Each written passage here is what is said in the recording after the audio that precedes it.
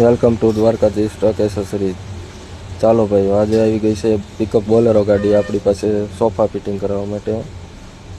તો અત્યારે આપણે એની બધી સીટો ખોલી નાખી છે અને જોઈ લ્યો અંદરનો લુક કંઈક અત્યારે આ ગાડીનો આવો આવે છે। અને અત્યારે આપણે સોફાનું ફિટિંગ કામકાજ ચાલુ છે, તો આમાં થોડો ટાઈમ પણ લાગી શકે છે અને અત્યારે સ્પીકરનું ને એ બધું કામકાજ આપણું રેડી થાય છે।